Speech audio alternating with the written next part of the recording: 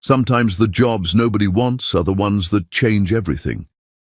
Debbie Bell stared at the eviction notice trembling in her hands, the red ink bleeding like tears across the white paper. 24 hours. That's all she had left before losing the tiny apartment that had been her sanctuary, her sister's refuge, their last piece of dignity in a world that seemed determined to crush them both. There has to be something, she whispered to herself, scrolling through job listings on her cracked phone screen for the 100th time that morning. Each rejection email felt like another door slamming in her face, another dream dying before it could even breathe. The employment agency's waiting room smelled of desperation and cheap coffee. Debbie smoothed her only interview dress, a navy blue number she'd bought for graduation 3 years ago, before life had stripped away her optimism layer by layer. Her dark skin glowed despite her exhaustion, and her natural hair was pulled back in an elegant bun that showcased the graceful curve of her neck. Debbie Bell. Ms. Harrison, the agency director, emerged from her office with the expression Debbie couldn't read.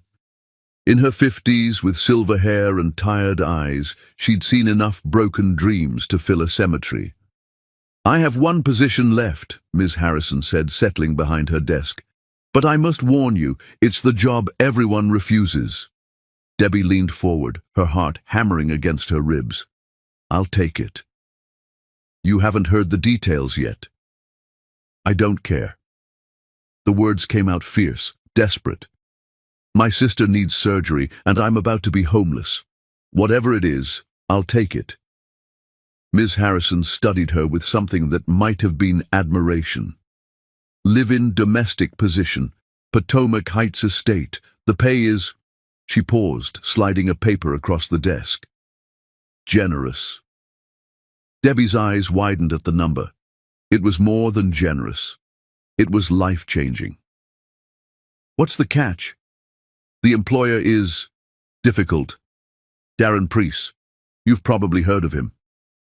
Everyone had heard of Darren Preece, billionaire tech mogul, reclusive genius, the man who'd revolutionized 3 industries before his 30th birthday. The newspapers called him brilliant. Former employees called him impossible. Difficult how? Ms. Harrison's laugh held no humor. In the past 2 years, he's gone through 47 housekeepers, 12 personal assistants, and 6 chefs. The longest anyone lasted was 3 weeks. What happened to them? He fired them all. No explanation, no warning, just gone. She leaned back in her chair. The man lives like a hermit in that mansion, barely speaks to anyone. The staff that remain have been there for years, and they're protective of their privacy about what goes on in that house. Debbie thought of Bethesda lying in that hospital bed, her beautiful sister growing weaker each day without the surgery she needed. She thought of the eviction notice, of sleeping in her car, of watching everything she'd worked for crumble to dust. When do I start?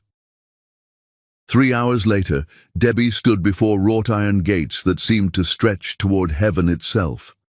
The Preece estate was a Gothic masterpiece of stone and shadows, all sharp angles and dark windows that watched her like eyes. Ancient oak trees lined the circular driveway, their branches creating a cathedral of green above her head. Her single suitcase felt pathetic in her hand as she approached the massive front door. Before she could knock, it swung open to reveal a woman in her 60s with kind eyes and silver hair pulled into a neat chignon. "You must be Debbie," the woman said, her voice warm as honey. "I'm Georgetown Madison, the head housekeeper. Thank the Lord someone finally came." Georgetown led her through halls that belonged in a museum. Crystal chandeliers cast rainbows on marble floors, and priceless artwork adorned walls that seemed to whisper secrets. Everything was beautiful and cold, like a palace made of ice. "A few rules," Georgetown said as they climbed a grand staircase. "Mr. Preece doesn't like to be disturbed before noon. He takes his meals alone in his study. And whatever you do, don't ask him personal questions. He values his privacy above all else." Has he really fired 47 people? Georgetown's steps faltered. 48, actually. But it's not what you think. He's not cruel, just... She searched for the right word. Broken. They reached a bedroom that took Debbie's breath away. Soft lavender walls, a four-poster bed that could have housed royalty, and windows that overlooked gardens that seemed to stretch for miles. "This is yours," Georgetown said. "Mr. Priest insisted you have the best guest room." "He insisted? He's not a monster, dear. Just a man who's forgotten how to let people close." Georgetown's eyes held a sadness that spoke of years watching someone suffer. "Dinner is at 7. I'll show you the kitchen tomorrow, but tonight, rest. You look like you haven't slept in weeks." Debbie had just finished unpacking when a soft knock interrupted her thoughts. She opened the door to find a young man in an expensive suit, his sandy hair perfectly styled and his blue eyes curious. "You must be the new housekeeper," he said with a smile that could have launched ships. "Montgomery Capital. I'm Darren's oldest friend. Debbie Bell."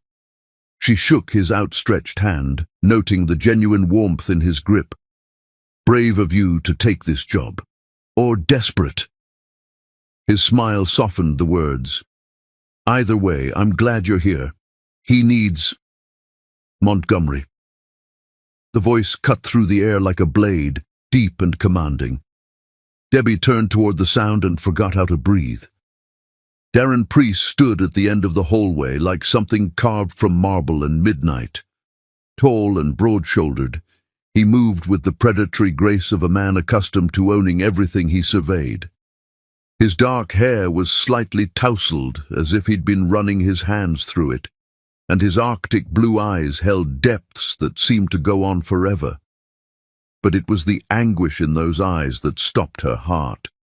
Raw, devastating torment that he carried like a physical weight. "I didn't realize we were entertaining," he said, his voice carefully neutral as his gaze swept over Debbie. She felt that look like a physical touch, a warmth that started in her chest and spread through her entire body. When their eyes met, something electric passed between them. Recognition, hunger, a connection so sudden and fierce it left her breathless. "Just welcoming our new staff member," Montgomery said, seemingly oblivious to the tension crackling in the air. "Debbie, I know who he is."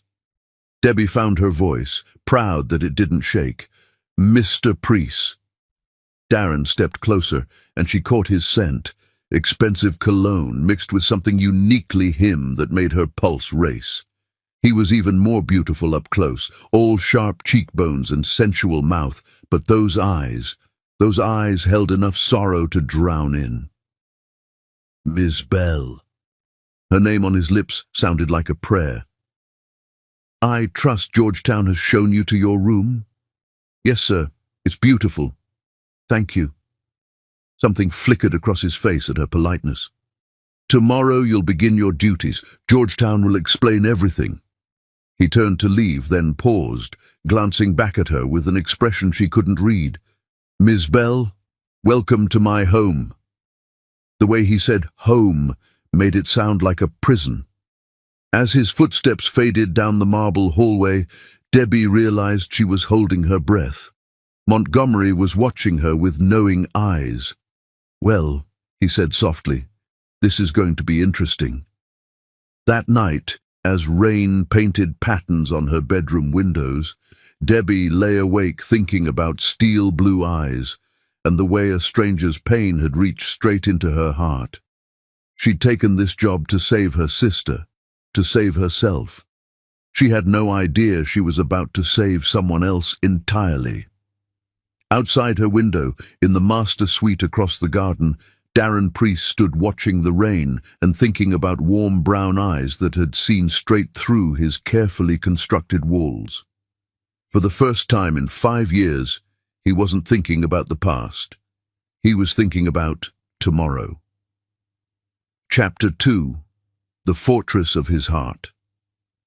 A man can build walls so high he forgets there's a world worth seeing beyond them.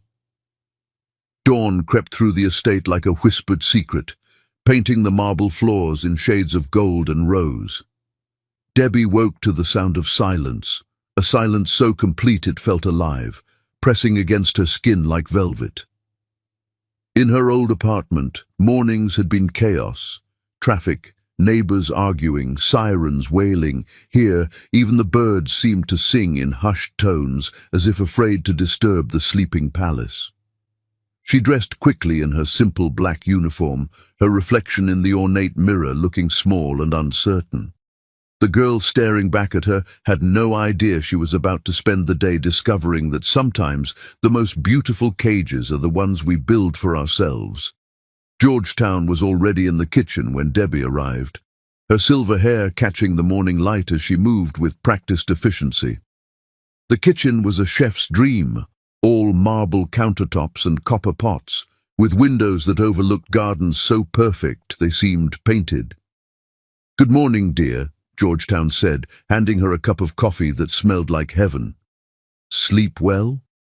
"Better than I have in months." Debbie wrapped her hands around the warm mug, inhaling the rich aroma. "This place is incredible." "It is," Georgetown agreed, but something in her tone suggested beauty came with a price. "Now, let me explain your duties." As they walked through the mansion, Georgetown painted a picture of a life lived in careful isolation. Darren's bedroom was on the 3rd floor, off limits. His private study was on the 2nd floor, also forbidden. The library, the art room, and the conservatory were his domains after sunset. "He's nocturnal," Georgetown explained as they entered a sitting room that looked like it had never been sat in.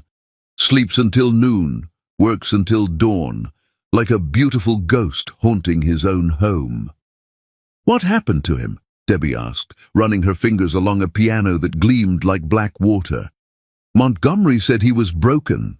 Georgetown's face closed like a door. "That's not my story to tell, child, but I will say this. He wasn't always like this. 5 years ago, he was different, laughed more, lived more." She touched a framed photograph on the mantel, then quickly pulled her hand away. Some wounds cut so deep they never stopped bleeding. The day passed in a rhythm of quiet tasks. Debbie dusted priceless artwork, arranged flowers that would never be admired, and prepared meals for a man who ate alone. The house felt like a mausoleum dedicated to a life half-lived.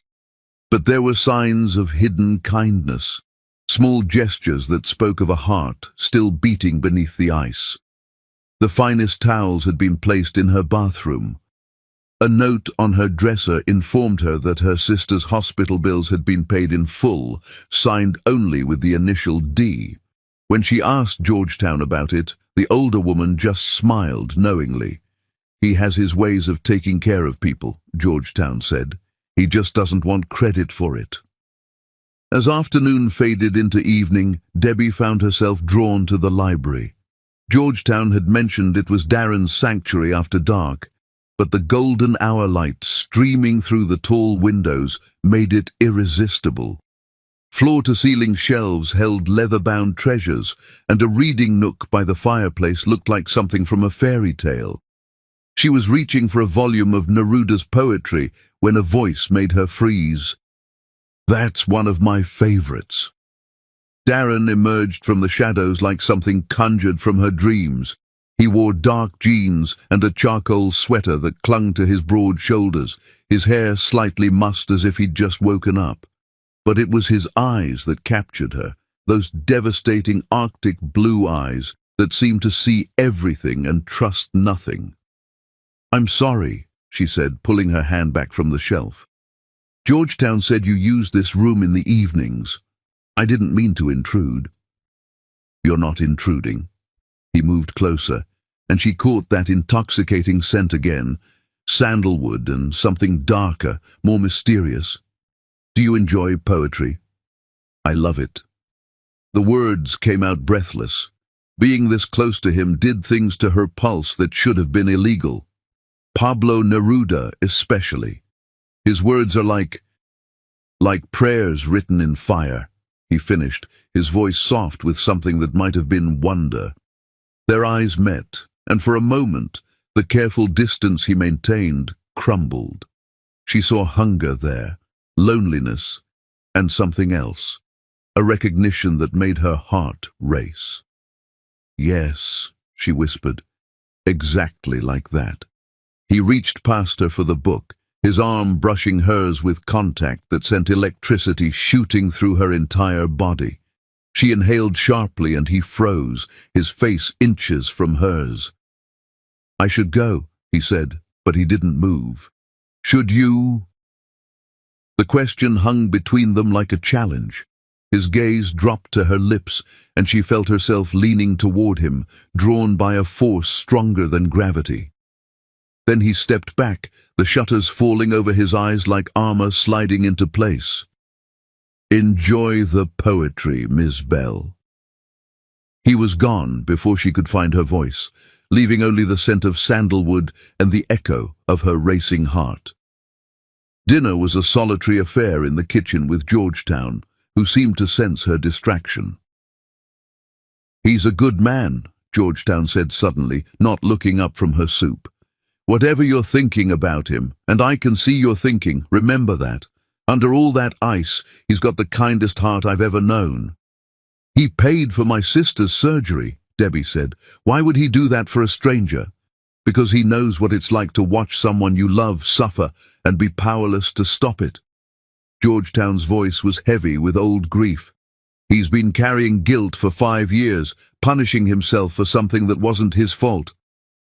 "What happened?" Georgetown was quiet for so long, Debbie thought she wouldn't answer. Finally, she set down her spoon and met Debbie's eyes. "He was engaged to a beautiful girl named Elena Rosewood.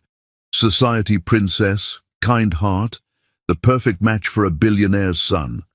They were planning their wedding when—" She shook her head. "Car accident. He was driving. She died instantly. He survived without a scratch, and it's been killing him ever since."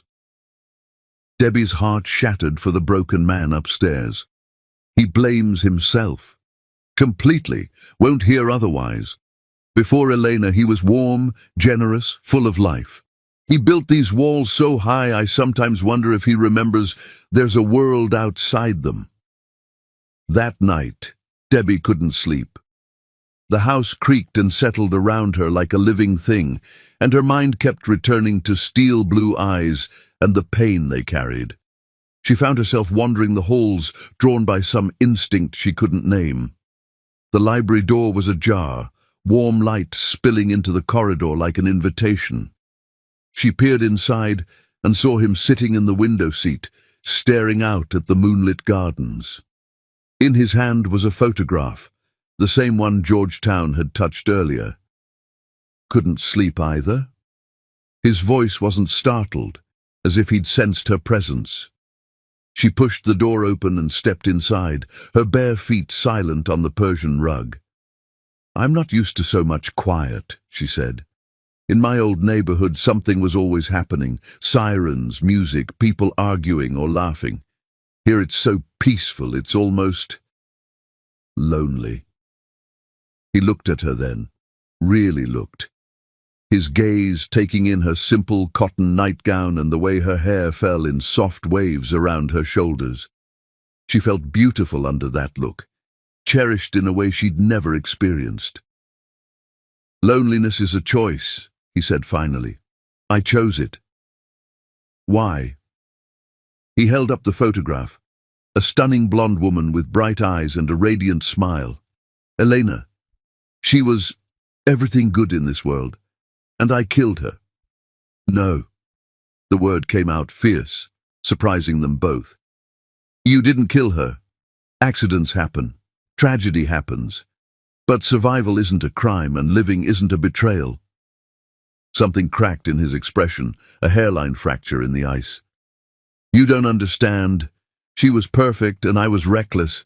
Driving too fast in the rain because I was angry about some stupid business deal. She told me to slow down, and I—" His voice broke. The last thing she said was my name. Debbie moved without thinking, crossing the space between them and kneeling beside his chair. She took his hand, the one not holding the photograph, and felt him tremble. "I'm sure she didn't blame you," she said softly. "Love doesn't work that way. She wouldn't want you to spend your life in this beautiful prison, punishing yourself for being human." He stared at their joined hands as if he'd never seen anything like it. "How can you be so sure?" "Because I've seen you," she said. "The way you paid for my sister's surgery without wanting credit. The way Georgetown talks about you like you hung the moon. The way you make sure I have everything I need while pretending you don't care. That's not the heart of a killer, Darren.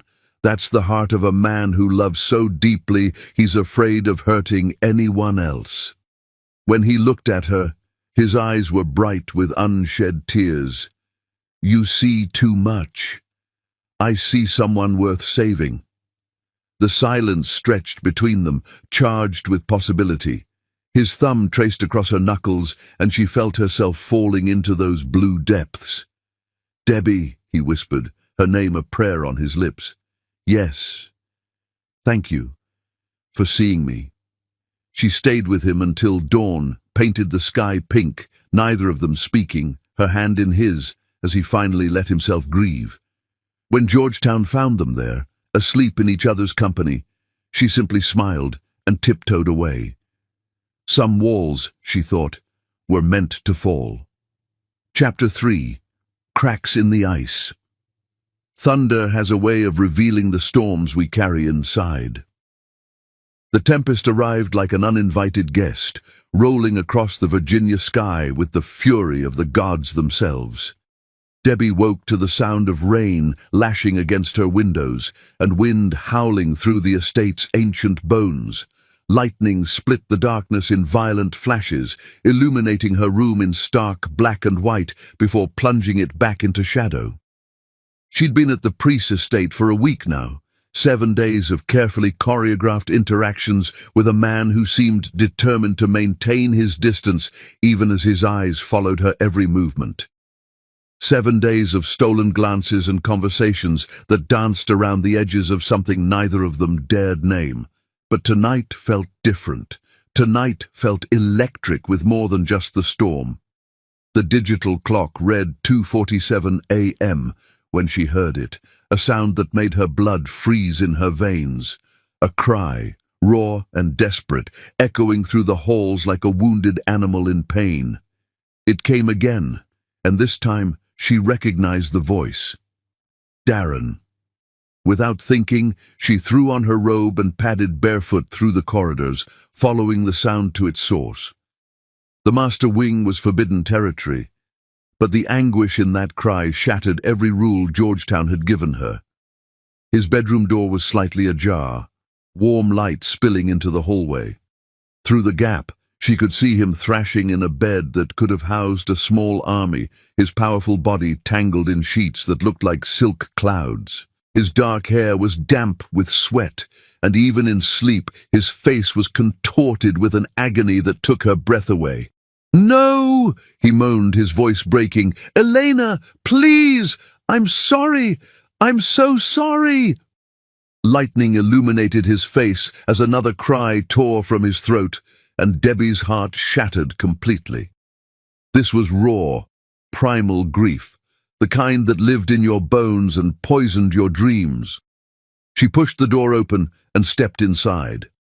The master suite was a study in masculine elegance, all dark wood and midnight blue silk, with windows that overlooked the gardens now being battered by the storm.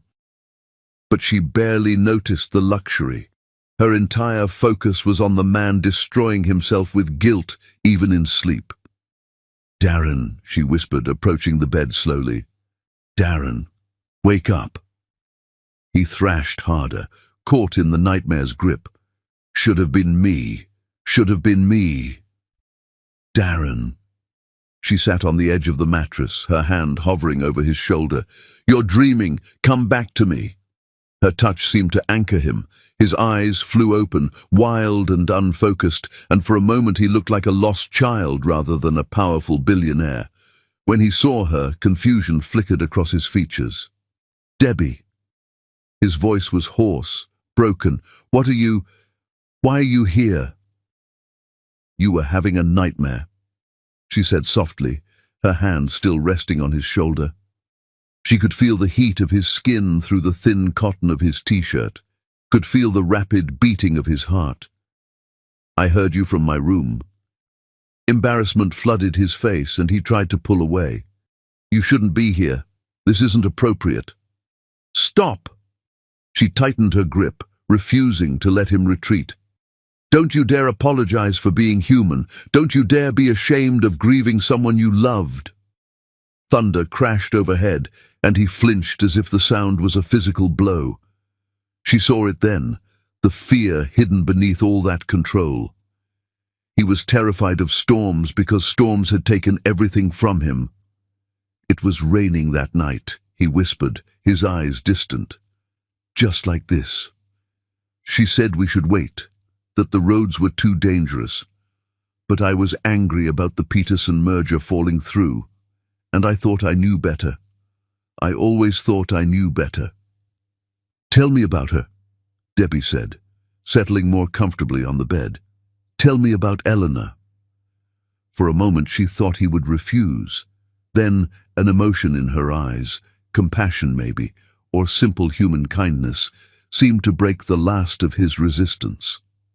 "She was sunshine," he said, his voice soft with memory. Literally sunshine in human form. Golden hair, bright laugh, always saw the best in everyone. She volunteered at children's hospitals and animal shelters. She made me want to be better than I was. She sounds wonderful. She was perfect, and I was. He struggled for words. Driven, obsessed with success. I worked 18-hour days and expected her to understand. She never complained, never asked for more than I could give. Maybe if she had, I would have realized what I was taking for granted. Lightning flashed again, and this time he didn't flinch. Her presence seemed to calm the storm inside him, even as the one outside raged on. The night she died, she'd planned this romantic dinner at home. Candles, her grandmother's china, my favorite meal. But the Peterson deal was imploding, and I had to go to the office. She waited for me until almost midnight. Oh, Darren. When I finally got home, she was still awake, still waiting. She'd saved my dinner in the oven, and she smiled like she wasn't disappointed at all.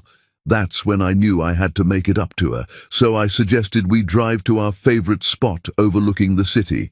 She said the weather was too dangerous, but I insisted. I was used to getting my way. His hands clenched into fists, knuckles white with tension. The roads were slick, visibility was almost zero. I should have listened to her. I should have stayed home and counted my blessings. Instead, I drove too fast around a curve and hit a patch of standing water.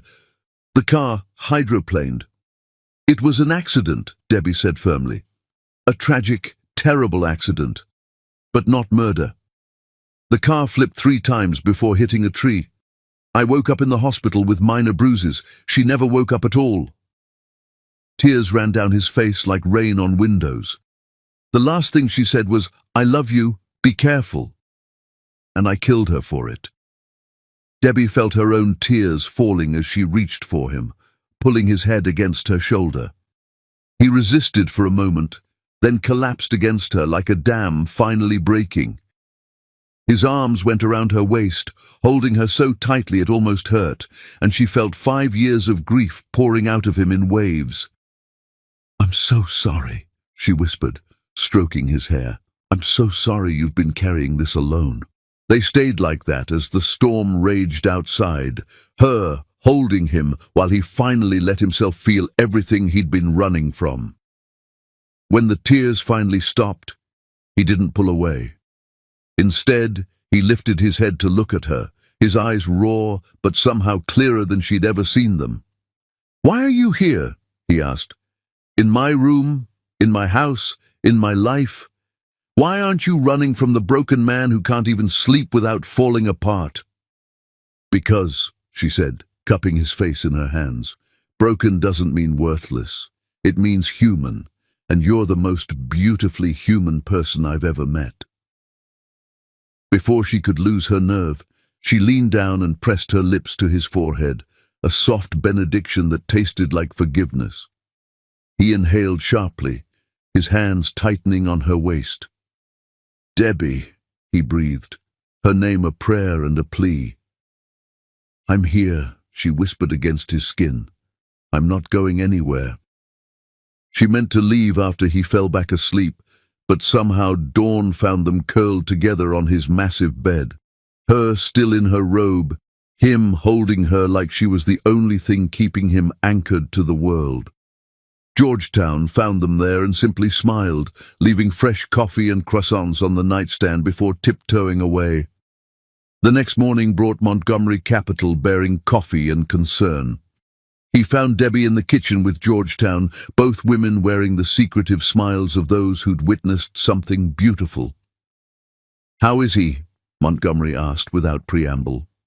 He'd known Darren since childhood, and the shadows under his friend's eyes had been growing deeper each year. "Better," Georgetown said simply. "The storms don't usually affect him so badly, but last night was different. Worse. Until ... Until Debbie," Montgomery finished, understanding immediately. He studied the young woman who'd managed to reach his friend when no one else could. "You know about Elena?" It wasn't a question. "He told me about the accident," Debbie confirmed. "The guilt he's carrying."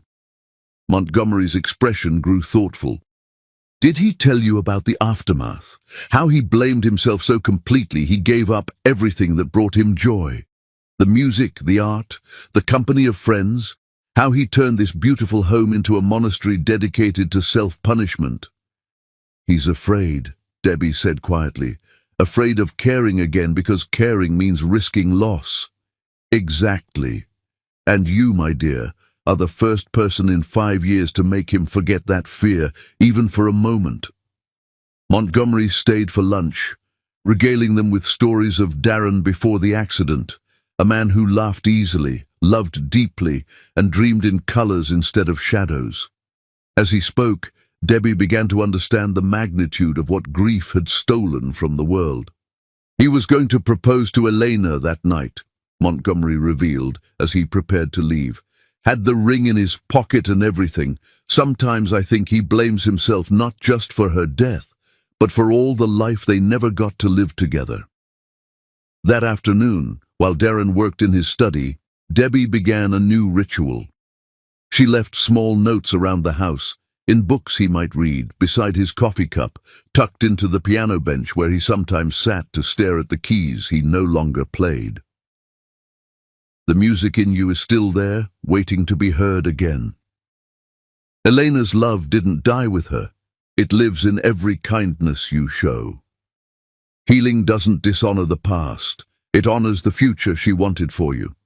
She never signed them, but somehow he knew they were from her. And slowly, almost imperceptibly, things began to change. He started eating meals with Georgetown and Debbie instead of hiding in his study. He asked about her sister Bethesda's recovery. He even smiled once when Debbie told a story about her childhood that had Georgetown laughing until she cried.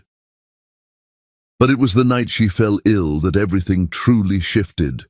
She'd been fighting a cold for days, pushing through her duties despite Georgetown's protests. When she finally collapsed while arranging flowers, burning with fever and shaking with chills, it was Darren who carried her to her room. "Call Dr. Westbrook," he ordered Georgetown, his voice tight with something that might have been panic. "It's just a flu," Debbie protested weakly from her bed. "I'll be fine tomorrow." "You'll be fine when I say you're fine," he replied, and there was something almost violent in his protectiveness that made her heart race despite her illness. Dr. Westbrook confirmed it was indeed just flu, but Darren refused to leave her side. He brought her soup that he'd made himself, clumsy but edible, and cool cloths for her fever.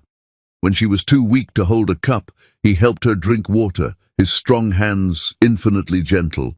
"You don't have to stay," she whispered as evening fell. "I'm sure you have important things to do." "Nothing is more important than this," he said simply. "Than you." The words hung between them like a confession. She reached for his hand, threading their fingers together.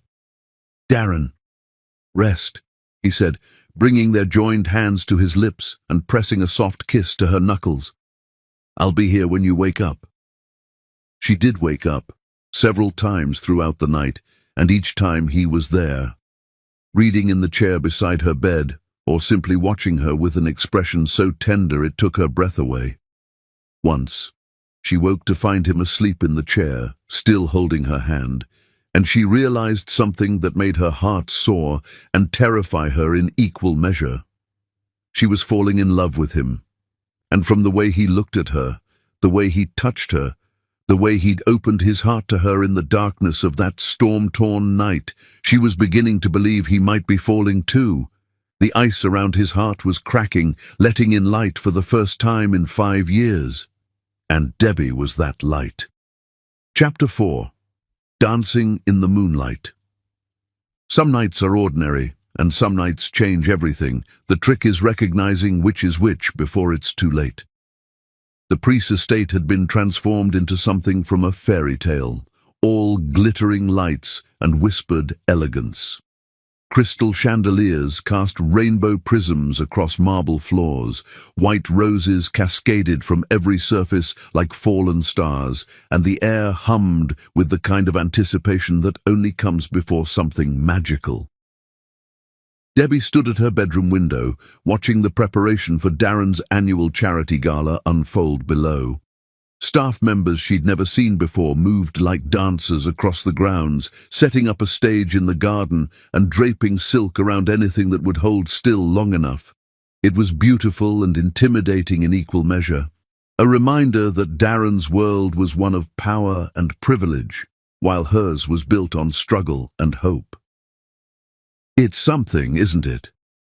Georgetown appeared beside her, her arms full of fresh linens. "He throws this gala every year for the Elena Rosewood Foundation, Children's Cancer Research. She would have loved it. He named a foundation after her? 3 months after the funeral. Donated $50 million and hasn't stopped since. It's his way of keeping her memory alive while helping other families avoid what he couldn't prevent." Georgetown's voice was soft with pride. "That man has saved more lives than he'll ever admit." A knock at the door interrupted them. Langley Pentagon, Darren's devoted assistant, stood in the hallway looking harried and slightly desperate. His usually perfect hair was disheveled, and his tie was askew. "Ms. Bell, thank God, I need your help." "What's wrong?" "The event coordinator just called. Emergency appendectomy. She's in surgery and won't be available to oversee tonight's gala." Langley ran his hands through his hair. "We have 300 guests arriving in 4 hours, including senators, foreign dignitaries, and enough billionaires to fund a small country. Mr. Priest will have my head if this goes badly." "What do you need me to do?" "Everything," he said simply. "You've been watching the preparations all week. You know what she planned. I'll handle the technical details, but I need someone to coordinate the staff, make sure the timing runs smoothly, handle any crisis that comes up." Debbie's first instinct was to refuse. She was a housekeeper, not an event planner. But then she thought of Darren, of how much this foundation meant to him, of the children who would benefit from tonight's donations. "I'll do it." The next 4 hours passed in a whirlwind of organized chaos. Debbie found herself directing caterers, adjusting flower arrangements, and solving problems she never could have imagined. When the string quartet arrived with the wrong sheet music, she helped them transpose Elena's favorite songs from memory. When the ice sculpture began melting faster than expected, she coordinated a last-minute replacement. When 3 different senators' security details conflicted over parking arrangements, she diplomatically negotiated a solution that left everyone feeling important. Georgetown watched it all with growing amazement. "Where did you learn to do this?" "I didn't," Debbie replied, adjusting a centerpiece that had been knocked askew. "I'm just trying to think like someone who loved Darren enough to want everything perfect for him." As the first guests began arriving, Debbie retreated to her room to watch from her window. She'd planned to spend the evening reading, safely invisible while Darren's world played out below, but Georgetown had other ideas. "Oh, no, you don't," the older woman said, appearing in her doorway with something draped over her arm. "After what you've accomplished today, you're going to that gala." "Georgetown, I can't. I don't belong down there with those people. I'm the help. You're the woman who single-handedly saved this event, and more importantly, you're the woman who's been healing our boy's heart." Georgetown held up the garment she'd been carrying, and Debbie's breath caught. It was a gown fit for a princess, midnight blue silk that seemed to capture starlight in its folds. The neckline was elegant but modest, the waist fitted to perfection, and the skirt flowed like water. It was the most beautiful thing Debbie had ever seen. "This was mine," Georgetown said softly. "From back when I was young and foolish and dating a man above my station. I kept it all these years waiting for the right moment, the right person. Tonight is that moment. You are that person. I couldn't possibly. You can and you will. That man down there has been half alive for 5 years, and you've given him back pieces of himself I thought were lost forever. Tonight he's going to see you as you really are, not his employee, not someone who works for him, but the extraordinary woman who's been brave enough to love him." An hour later, Debbie stood before her full-length mirror and barely recognized herself. The gown fit like it had been made for her, turning her curves into poetry and making her dark skin glow like burnished gold. Georgetown had swept her hair into an elegant updo that showcased the graceful line of her neck, and subtle makeup had enhanced her natural beauty without masking it. "You look like a queen," Georgetown whispered, her eyes bright with tears. Debbie felt like one. But more than that, she felt worthy. Worthy of the man whose heart she'd been slowly claiming. Worthy of the love she'd been afraid to name. The gala was in full swing when she made her entrance. The garden had been transformed into an outdoor ballroom, with twinkling lights strung between the trees and a dance floor that seemed to float on air. Guests in glittering gowns and perfectly tailored tuxedos moved like beautiful predators through the night, their laughter mixing with the sound of champagne glasses and classical music. She spotted Darren immediately. He stood near the stage, devastatingly handsome in a black tuxedo that made him look like he'd stepped out of a magazine. He was speaking with an elderly senator, his smile polite but distant, going through the motions of charm while his heart remained carefully locked away. Then he saw her. Their eyes met across the crowded garden, and the world stopped. His conversation faltered mid-sentence as his gaze traveled from her face to the way the gown hugged her curves, then back to her eyes with an intensity that made her knees weak. She saw wonder there, and hunger, and something that looked dangerously like love. He excused himself from his conversation and moved toward her, cutting through the crowd like a man on a mission. Other guests turned to watch, women with speculative eyes and men with appreciative ones. But Debbie only had eyes for him. "You look—" he began when he reached her, then seemed to lose the ability to speak. "Different," she suggested, suddenly self-conscious. "Magnificent," he corrected, his voice rough with emotion. "Absolutely magnificent." Before she could respond, the band began playing a slow waltz, a melody hauntingly beautiful that seemed to call to the very soul. Darren extended his hand with old-world courtesy. "Would you honor me with a dance?" She placed her hand in his, feeling the calluses on his palms that spoke of a man who still worked with his hands despite his wealth. He led her away from the crowd, past the formal dance floor to a more secluded area of the garden where moonlight painted everything silver. "Here?" she asked. "Here," he confirmed, pulling her into his arms. "Where? It's just us." They began to move, and it was like they'd been dancing together all their lives. His hand was warm and sure on her waist, guiding her through steps that felt as natural as breathing. The music seemed to wrap around them, creating a bubble of intimacy in the midst of the grand celebration. "You saved tonight," he said, his voice soft in her ear. "Langley told me what you did, how you stepped in and made everything perfect. I just wanted it to be special for you, for Elena's memory."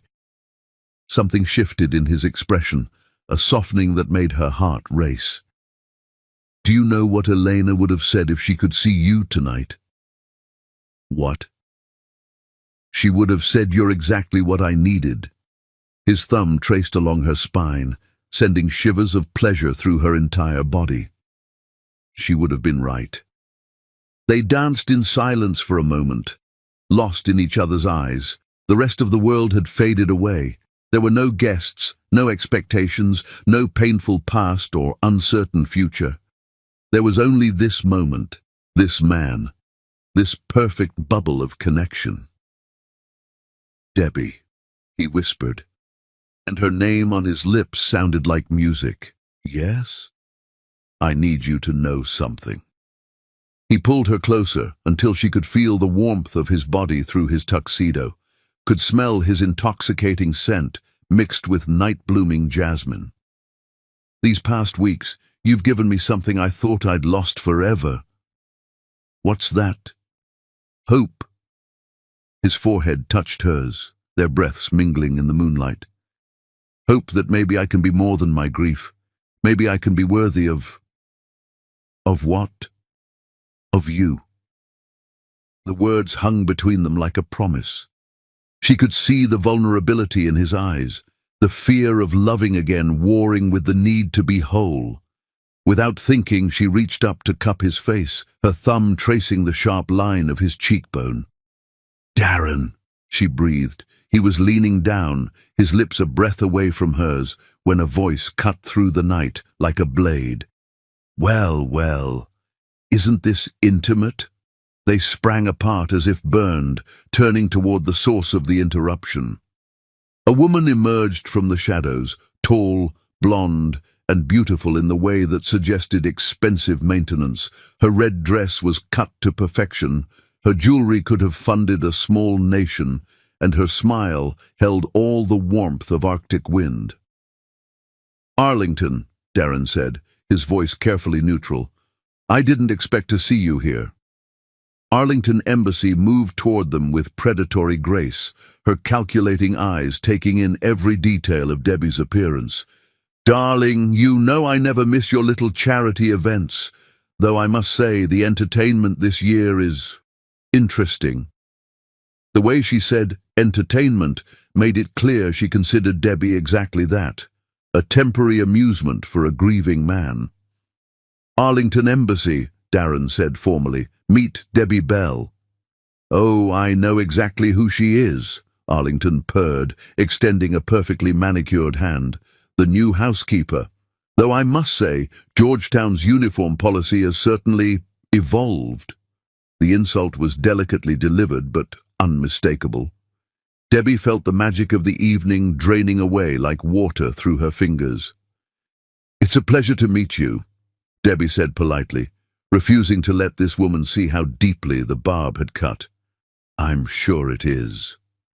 Arlington's smile could have frozen fire. "Darren, darling, we need to talk.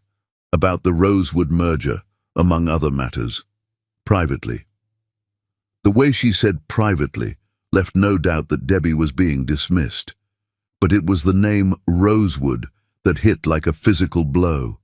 Elena's family name. Whatever Arlington wanted to discuss, it involved Darren's dead fiancée. "Of course," Darren said, though something in his voice suggested reluctance. "Debbie, would you excuse us?" She wanted to say no, wanted to fight for the moment they'd been building, for the words he'd been about to speak, for the kiss that had been trembling between them like a butterfly waiting to land. But she was still the housekeeper, still the woman who didn't belong in this glittering world, and Arlington Embassy was clearly someone who did. "Of course," she said, proud that her voice didn't shake. "Thank you for the dance." She walked away with her head high, feeling Arlington's triumphant gaze burning into her back. Behind her, she heard the other woman's laugh, musical and cold as winter wind. "Really, Darren," Arlington was saying as Debbie retreated toward the house. "She's lovely, I'm sure, but don't you think Elena deserves better than to have her memory replaced by the hired help?" Debbie didn't wait to hear his response. She couldn't bear to. As she climbed the stairs to her room, the beautiful gown suddenly felt like a costume she had no right to wear. The magic of the evening had shattered like spun glass, leaving only the painful reminder that fairy tales were called tales for a reason. Outside her window, the gala continued without her, and she wondered if she'd imagined the love she'd thought she'd seen in Darren's eyes. Perhaps Arlington was right. Perhaps she was just entertainment, a temporary distraction for a man still devoted to a ghost. But even as doubt poisoned her thoughts, she couldn't forget the way he'd held her, the way her name had sounded like a prayer on his lips, the way he'd looked at her like she was his salvation. Some cracks in the ice, she told herself, were worth the risk of drowning, even if it meant her heart might break in the process. Chapter 5. The Weight of Secrets. Truth has a way of surfacing when you least expect it, like sunlight breaking through storm clouds when you've forgotten what warmth feels like. The morning after the gala dawned grey and subdued, as if the sky itself was mourning the magic that had been interrupted. Debbie stood in her simple uniform again, the midnight blue gown hanging in her closet like a beautiful dream. She wasn't sure she'd really lived. The memory of Darren's arms around her, the words he'd almost spoken, felt fragile as spun glass in the harsh light of day. She'd barely slept, replaying Arlington Embassy's cutting words and the way Darren had let himself be led away. By dawn, she'd convinced herself that the moment in the garden had been nothing more than moonlight and wishful thinking, a fantasy born of loneliness and hope. Georgetown found her in the kitchen, mechanically preparing breakfast with the hollow efficiency of someone trying not to think. The older woman took one look at her red-rimmed eyes and pulled her into a fierce hug. "Oh, honey, what did that viper do to you?" "Nothing I shouldn't have expected," Debbie said, her voice carefully steady. "She reminded me of my place. I'm grateful, really. Better to know now than to keep dreaming impossible dreams." "Impossible?" Georgetown stepped back, her eyes flashing with something dangerous. "Child, there's nothing impossible about love, and that man is head over heels in love with you, even if he's too scared to admit it." Before Debbie could argue, Langley Pentagon burst through the kitchen doors looking like he'd been chased by demons. His usually impeccable appearance was disheveled, his hair wild and his tie hanging loose around his neck. "Where is he?" Langley demanded. "Where's Mr. Priest?" "In his study, I assume," Georgetown replied. "What's wrong?" "Fairfax Supreme is here, with documents, legal documents about Elena's estate that were apparently sealed by court order." Langley ran his hands through his hair. "He says it's time Mr. Priest knew the truth about the accident."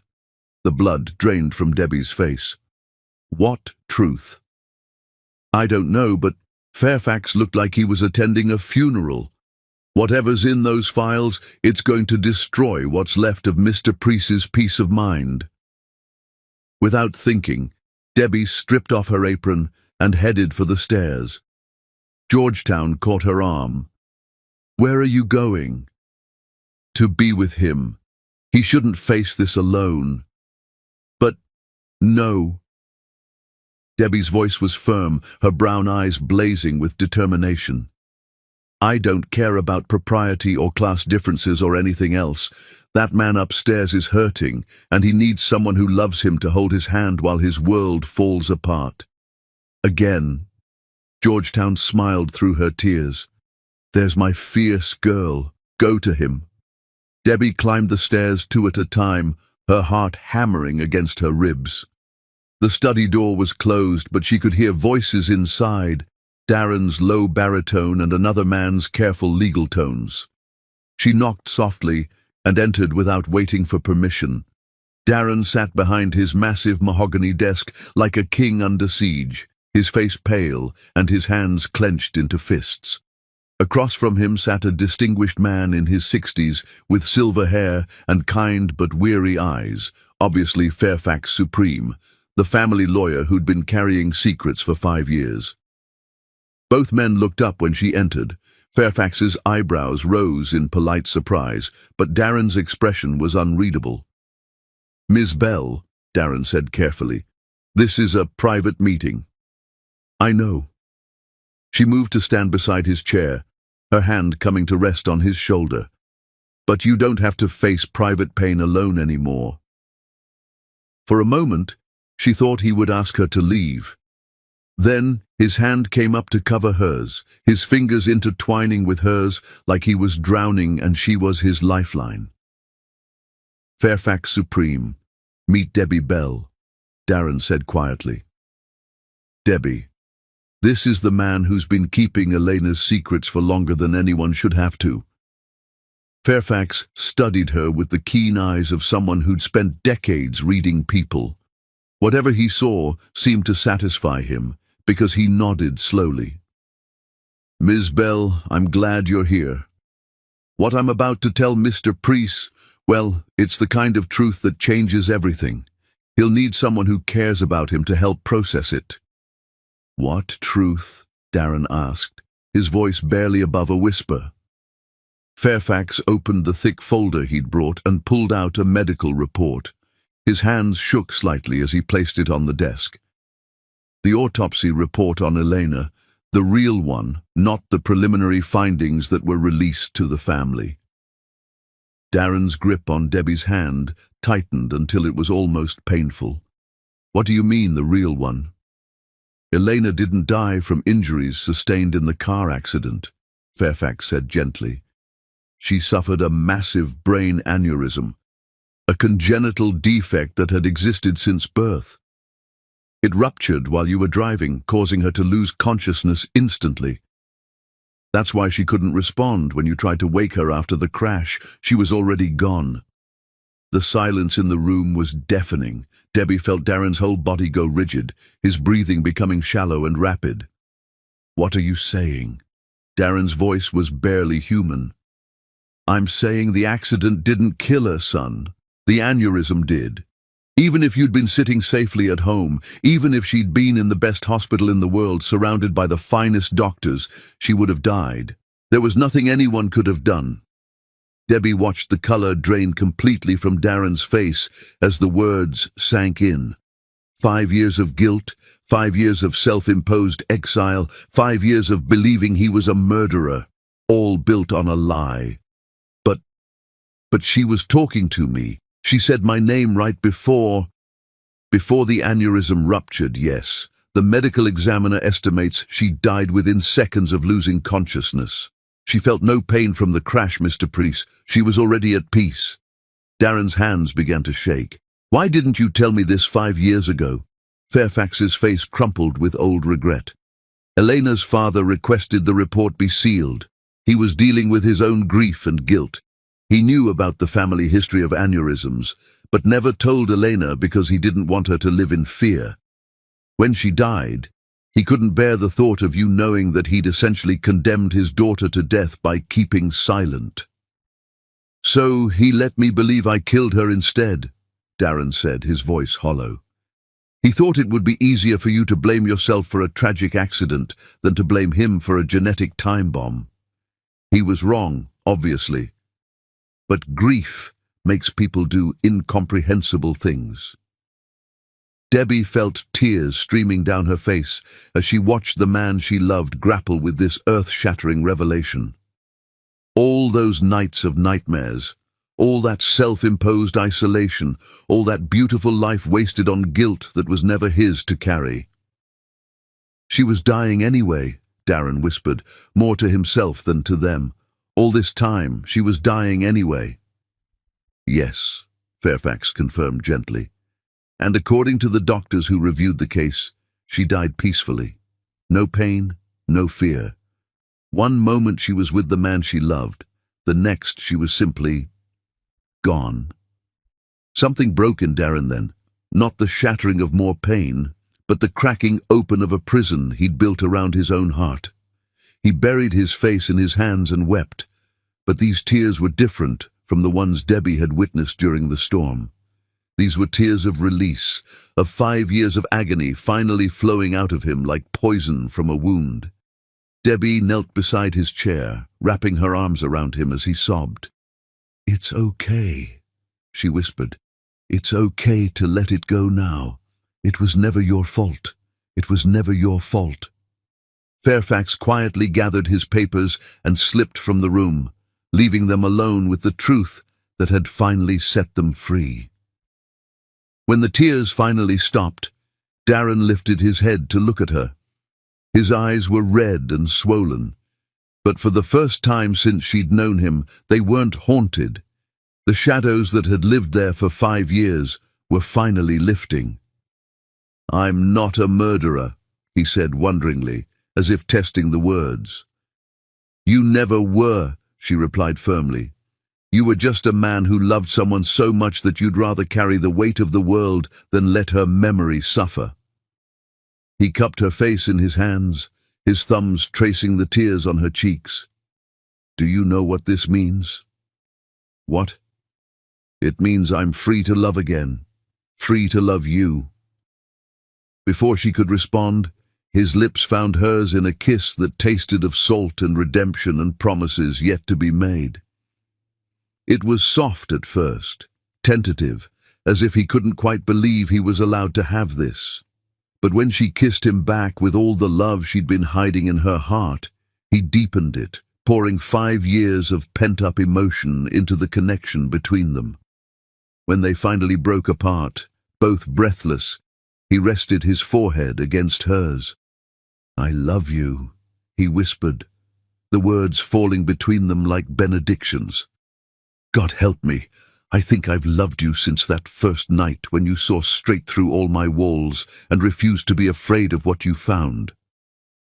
"I love you too," she replied, her voice breaking with the beauty of finally being able to say it. "I've been trying not to fall for weeks, but you made it impossible. The way you hide your kindness, the way you carry other people's pain, the way you see beauty in everything except yourself. How could I not love you?" He kissed her again, harder this time, with the desperate hunger of a man who'd been starving for years and finally found sustenance. His hands tangled in her hair, pulling her closer until there was no space left between them. "Marry me," he said against her lips, the words tumbling out like they'd been waiting years to be spoken. "What?" She pulled back to stare at him, sure she'd misheard. "Marry me," he repeated, his voice stronger now, more certain. "I know it's crazy. I know we've only known each other a few weeks, but Debbie, you saved my life. You brought me back from the dead. I don't want to waste another day pretending I don't need you like I need air to breathe." "Darren, I know I'm damaged goods. I know I come with enough baggage to sink a ship. But I also know that I've never felt for anyone, not even Elena, what I feel for you. You don't just complete me, you make me better than I ever dreamed of being." She looked into his eyes and saw her future there, not perfect perhaps, but real and beautiful and worth fighting for. This man who'd been broken by loss and healed by love, who'd learned to trust again because she'd been brave enough to love him through his darkness. "Yes," she whispered, watching joy transform his face into something radiant. "Yes, I'll marry you." He spun her around, both of them laughing through their tears, and she realized that sometimes the most beautiful love stories weren't about perfect people finding each other. They were about broken people choosing to heal together, choosing to build something new from the ashes of what came before. Outside the study windows, the grey sky was finally beginning to clear, letting the first rays of sunshine through in what felt like forever. Like hope, Debbie thought as Darren kissed her again. Like love, finally coming home. Chapter 6. Love in Full Bloom. Love in its truest form doesn't whisper. It sings, it soars, it paints the world in colors you never knew existed. The engagement ring caught the morning light like captured starfire, sending rainbow prisms dancing across the ceiling of Debbie's room. 3 days had passed since Darren's proposal, 3 days since the truth about Eleanor had set them both free, and Debbie still couldn't quite believe this was her life now. The ring itself was a masterpiece, a vintage Art Deco setting with a cushion-cut diamond surrounded by sapphires that matched Darren's eyes. But it wasn't the monetary value that took her breath away. It was the story behind it. "It belonged to my grandmother," he'd told her when he slipped it onto her finger. She was a suffragette who married for love, in an age when women of her class married for duty. "I always said I'd only give this ring to someone who reminded me of her strength." Now, as she watched the sunlight play across the band, Debbie felt the weight of that legacy, the responsibility of being loved by a man who'd thought he'd never love again.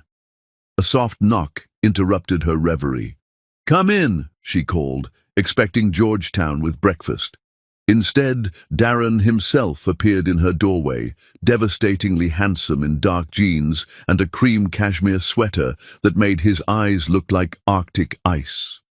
He carried a breakfast tray laden with fresh croissants, exotic fruits, and coffee that smelled like heaven. "Room service," he announced, with a smile that could have powered the entire East Coast. "You don't have to bring me breakfast in bed," she protested, even as her heart melted at the gesture. "I'm perfectly capable of taking care of everyone but yourself," he finished, setting the tray on her nightstand and settling beside her on the massive bed. "Which is exactly why I'm taking care of you now."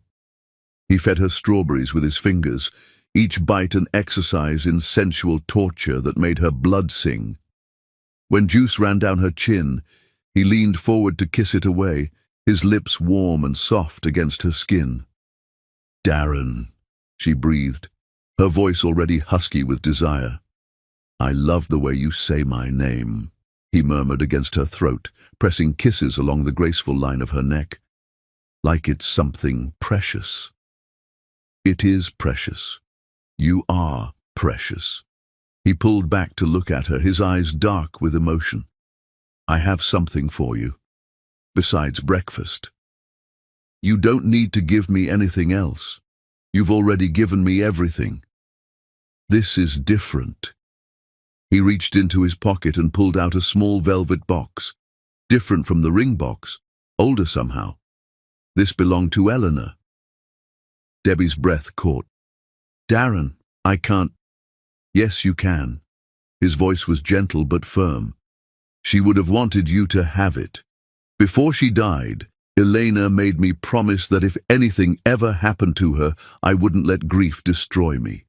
She said she wanted me to love again, to be happy again. This is her blessing on what we have." With trembling fingers, Debbie opened the box to reveal a delicate gold locket, its surface engraved with 2 intertwined hearts. It was beautiful and timeless, the kind of piece that carried stories through generations. "She wore it every day," Darren said softly. "Her grandmother gave it to her with the same words I'm giving it to you. Love is the only legacy that truly matters." Tears blurred Debbie's vision as he fastened the locket around her neck, his fingers gentle against her skin. "Thank you," she whispered, "for trusting me with this, for trusting me with your heart." "You've earned both," he replied simply. Now finish your breakfast. We have plans today." What kind of plans? His smile was mysterious and boyish, reminding her of the man he must have been before grief aged him. "You'll see." An hour later, they were in his sleek black Bentley, racing through the Virginia countryside with the windows down and music playing. Darren drove with one hand on the wheel and the other holding hers, occasionally bringing their joined fingers to his lips for quick kisses that made her heart stutter. "Where are we going?" she asked, for the 10th time. "Patience, my love. We're almost there." The endearment sent warmth spiraling through her chest. She'd never get tired of hearing him call her his love, never stop marveling that she was allowed to have this man, this happiness, this beautiful beginning. Their destination turned out to be a private airfield where a helicopter waited, its pilot already performing pre-flight checks. Debbie stared at the sleek aircraft with a mixture of excitement and terror. "Please tell me you're not planning to fly that yourself," she said. Darren laughed, the sound rich and free. "I'm many things, but I'm not a pilot. That honor belongs to Captain Martinez, who's been flying me around for 8 years without a single incident." The helicopter ride was both terrifying and magical, lifting them above the world until everything below looked like a miniature landscape painted by the gods. Darren pointed out landmarks as they flew. His office building in downtown D.C., the Potomac River, winding like a silver ribbon through the countryside. And finally, their destination. "A vineyard?" Debbie asked as they landed in a field surrounded by rolling hills covered in grapevines. "Not just any vineyard," Darren replied, helping her down from the aircraft. "This is where I want to marry you." The venue was breathtaking, a family-owned winery with a stone farmhouse that looked like it had been transplanted from Tuscany. The owner, a warm Italian woman named Sophia, greeted them like old friends and walked them through gardens that seemed designed by angels. "We could have the ceremony here," Sophia said, gesturing to a natural amphitheater formed by ancient oak trees. The reception in the vineyard itself, with lights strung between the vines.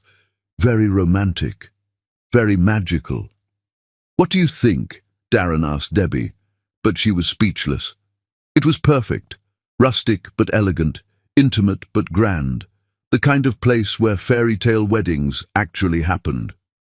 "I think," she said slowly, "that Eleanor would have loved it." His smile was radiant. She would have. She loved places where you could feel the history in the stones, where generations of love had blessed the ground. They spent the afternoon planning their wedding, a small intimate affair with just family and close friends, no society photographers, no 6-course meals designed to impress, just love, pure and simple, surrounded by the people who mattered most. "I want to meet your sister," Darren said as they flew home, his thumb tracing circles on her palm. "And your best friend, anyone who's important to you, is important to me." "They're going to love you," Debbie replied, though privately she worried about the opposite. Would Bethesda and Alexandria Potomac think she was moving too fast? Would they see Darren as a rebound from grief rather than the love of her life? "And I want you to meet Montgomery's family, and Georgetown's grandchildren, and all the people who've been my family when blood relatives failed me." His voice grew serious. "I want to build something with you, Debbie. Not just a marriage, but a life. A real life with Sunday dinners and anniversary traditions, and maybe someday—" He trailed off, suddenly shy. "Maybe someday what?" "Children," he said softly. "I know it's presumptuous to assume you want them, but I can't help imagining a little girl with your eyes and your fierce heart, or a boy with your compassion and stubborn streak." The image hit her like a physical blow. Beautiful children with Darren's intelligence and her determination, raised in love and security, never knowing the kind of struggle she'd fought through her whole life. "I want that too," she whispered. "All of it." Everything with you. That evening, they hosted their first dinner party as an engaged couple. Alexandria, Potomac, and Bethesda came from the city, along with Montgomery Capital and his wife Celeste, Georgetown, and her daughter River, and Langley, Pentagon, with his partner James. Debbie had been nervous about the mixing of their worlds, but she needn't have worried. Darren charmed her sister with stories about the Foundation's work with children's hospitals, and won over Alexandria by asking intelligent questions about her job as a social worker. By the end of the evening, even skeptical Bethesda was calling him Big Brother and making him promise to walk her down the aisle at her own future wedding. "He's perfect for you," Alexandria whispered, as they cleared dishes in the kitchen. "I've never seen you so happy, so radiant. You're glowing like you swallowed the sun." "I feel like I did," Debbie replied, watching through the window as Darren helped Bethesda with her physical therapy exercises. Her sister had been weakened by her illness, but Darren was infinitely patient, encouraging her through each movement with the same gentle strength he'd shown Debbie during her own vulnerable moments. "When's the wedding?" Bethesda asked later as Darren drove them back to the city. 2 weeks, Debbie replied. "We don't want to wait." "Good," her sister said firmly. "Life's too short to waste time when you find something real." But even as happiness surrounded them like golden light, shadows were gathering that none of them could see. In a glass tower downtown, Rockville Senate was studying photographs taken by a private investigator, images of Darren and Debbie at the vineyard, holding hands as they planned their future. "So," Rockville said to his assistant, his voice cold as winter, "the grieving billionaire has found himself a new obsession. How convenient. What do you want to do about it, sir?" Rockville's smile was sharp enough to cut glass. "Nothing. Yet. But love makes people vulnerable, and vulnerable people make mistakes. When they do, I'll be ready." The photographs went into a file labeled Insurance Policy, and the file went into a safe that contained the secrets powerful men used to destroy each other. Because Rockville Senate hadn't built his empire by playing fair, and he wasn't about to let Darren Priest's happiness stand in the way of his ambitions. Love might conquer all, but money and power had their own ways of winning wars. The storm clouds were gathering, even if the lovers were too blinded by happiness to see them coming. But for now, in the sanctuary of Darren's estate, with wedding plans scattered across the dining room table and the future stretching before them like an endless summer day, they were invincible. Or so they believed. Chapter 7. When the world turns against us. Sometimes love's greatest test isn't whether you can weather the storm together, but whether you're brave enough to face the hurricane alone. The scandal erupted like a bomb detonating in their perfect world, shattering everything beautiful they'd built with the precision of a master demolition expert.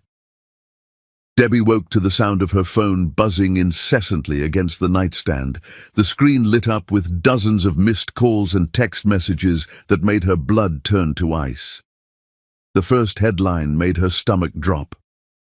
Billionaire's desperate rebound. Tech mogul Darren Priest engaged to former housekeeper months after tragic fiancé's death. The second made her hands shake. From servant to socialite, gold digger's guide to landing a grieving billionaire. The third made her want to disappear entirely. Exclusive photos, Priest's Cinderella story or calculated con game. The images splashed across every tabloid and gossip website were intimate moments stolen and twisted into poison. Their helicopter trip to the vineyard captioned as expensive bribes. Their engagement dinner labeled as introducing the help to high society. Their tender moments in the garden described as manipulation tactics of a fortune hunter. Her phone rang again. Alexandria Potomac's name flashed on the screen. "Debbie, honey, don't look at social media," her best friend said the moment she answered. "Don't read the comments. Don't watch the news segments. Just breathe. Too late, Debbie whispered, her voice hollow. I've seen enough. They're calling me a predator, Alex. They're saying I seduced a grieving man for his money. Anyone who knows you knows that's garbage. But Darren's board doesn't know me. His investors don't know me. The whole world is seeing these headlines and thinking... She couldn't finish the sentence. Georgetown burst into her room without knocking, her usually serene face flushed with fury. That snake, she spat. That absolute viper. Arlington, Debbie guessed. She's giving interviews to anyone with a camera, talking about how concerned she is for Darren's mental state, how grief can make men vulnerable to manipulation, and how someone needs to protect him from making decisions he'll regret. Georgetown's hands clenched into fists. I've never wanted to throttle someone so badly in my life. Debbie's phone buzzed with a text from an unknown number. Check your email. You need to see this. A friend. The email contained a video link. Arlington Embassy on the morning news, looking perfectly composed in a cream-colored suit that probably cost more than Debbie's yearly salary. The interviewer was hanging on her every word. Darren is like a brother to me, Arlington was saying, her voice dripping with false concern. I've known him since we were children, and I've watched him struggle with Elena's death for 5 years. To see him rushing into an engagement with someone who, well, let's just say someone whose motives might not be entirely pure.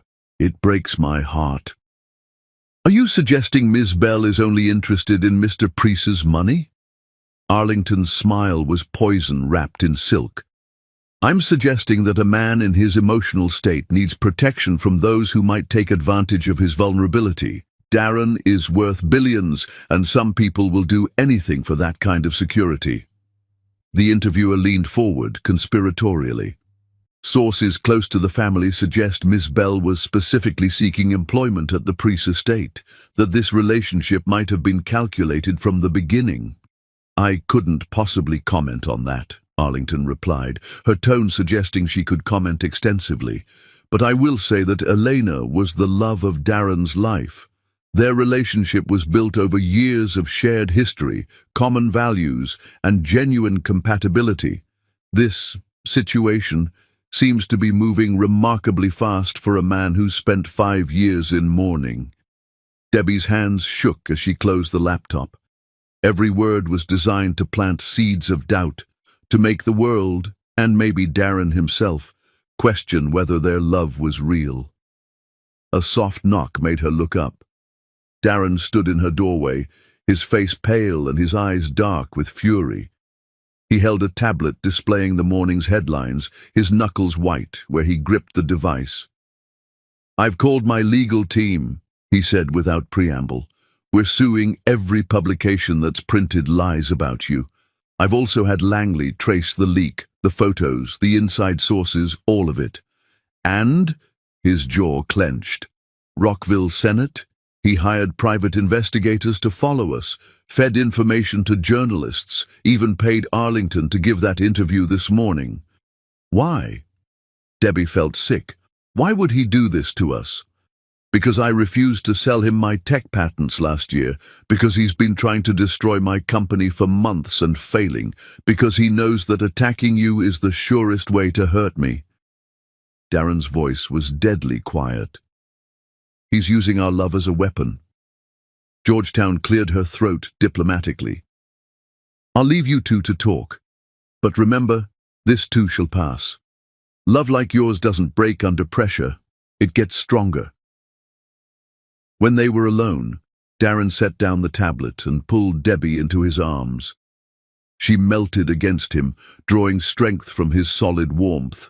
But even his embrace couldn't stop the poison of doubt from spreading through her veins. The board called an emergency meeting, he said softly.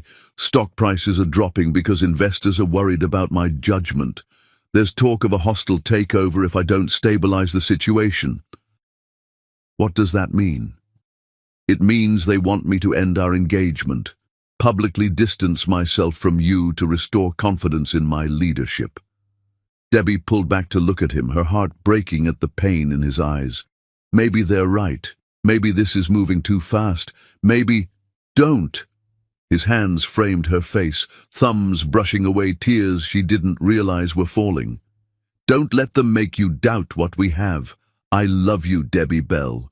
Not your bank account, not your social status, not what you can do for my reputation. You, just you. But your company can burn to the ground for all I care. You think I give a damn about money when I almost lost you to grief and guilt? You think stock prices matter more than the woman who saved my soul?" Before she could respond, Langley appeared in the doorway, his face grim. "Sir, we have a problem. Reporters are gathering at the front gates. Security is holding them back, but they're asking for statements, photos, anything they can use to keep this story alive. Get them off my property. We're trying, but they're on public land. And sir, there's something else." Langley's voice dropped. Someone leaked Ms. Bell's personal information. Her old address, her sister's medical records, even her employment history. The vultures are circling everyone she's ever known. Debbie's blood turned to ice. "Bethesda. They're going after Bethesda." Her phone rang immediately, as if summoned by her fear. Bethesda's name appeared on the screen, but when Debbie answered, her sister's voice was small and frightened. "Debbie? There are people outside my apartment, reporters with cameras, asking questions about you and Mr. Priest. They're saying terrible things, offering money for dirt on your relationship. I'm scared." "Lock your doors," Debbie said immediately. "Don't talk to anyone. I'm coming to get you." "No." Darren's voice was firm. "You're not going anywhere near those vultures. Langley, send a security team to collect Miss DuPont. Bring her here where she'll be safe." "And Alexandria?" Debbie asked. "Anyone you care about gets protection," Darren replied without hesitation. "I'll bankrupt myself before I let them hurt people you love." The next few hours passed in a blur of phone calls, security arrangements, and damage control. Darren's legal team worked around the clock to combat the lies, but for every false story they killed, 2 more sprang up to take its place.